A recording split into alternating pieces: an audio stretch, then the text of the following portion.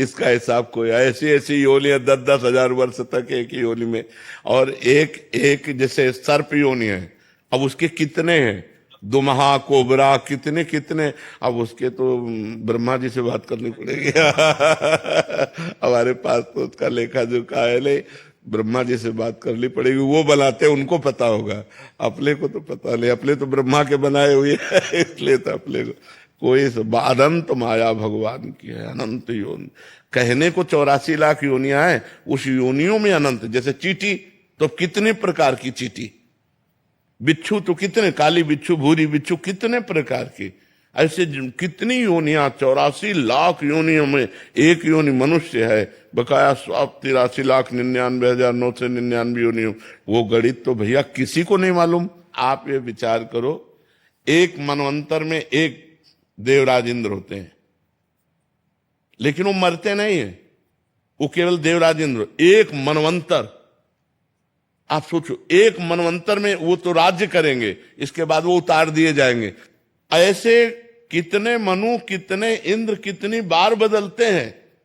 तब ब्रह्मा जी का एक दिन होता है, ब्रह्मा जी का एक दिन, उनमें से प्रजापतियों की सब, ये सब योनियों में ही तो है, 84 लाख योनियों के अंतर्गत ही है।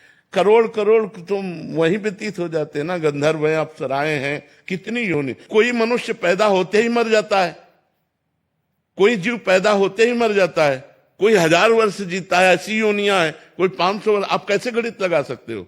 ईश्वर की सृष्टि की गणित कैसे लगा सकते हो? या तो ईश्वर ही लगा सकता है, दूसरी किसी की सामर्थ्य नहीं है।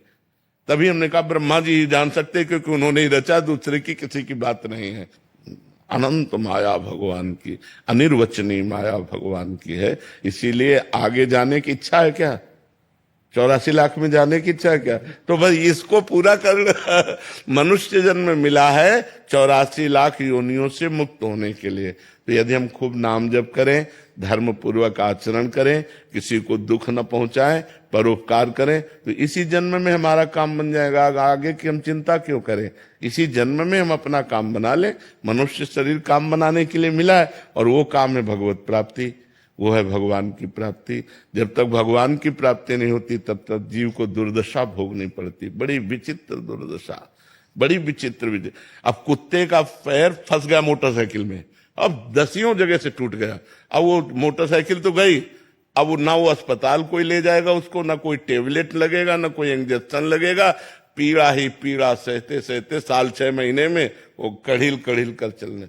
क्या योनियों को कष्ट है। मर्जी, ये हमें समझ क्यों नहीं आता? हम देख रहे हैं दुख को, हम ये जान रहे हैं, गुरुजन कह रहे हैं कि मनुष्य जीवन इतना इतना कठिनता से मिलता है। 3 गुण जो माया के है ना, ये त्रिगुणात्मिका माया, सतोगुण, रजोगुण, तमोगुण, ये ऐसे प्रवाह हैं कि अभी आपको, जैसे हमारे सामने बैठे हो तो सतोगुण है, सात्विक वातावरण, तो आपको बात समझ में आ रही, यार जीवन का लक्ष्य भगवान की प्राप्ति हो। जहां बाहर हटे, रजोगुण तमोगुण का फोकस आया, तो स्त्री अच्छी लगेगी, धन अच्छा लगेगा, पुरुष अच्छा लगेगा, पद अच्छा लगेगा, ये सब अच्छा लगने लगेगा, और यही सत्य लगेगा संसार में।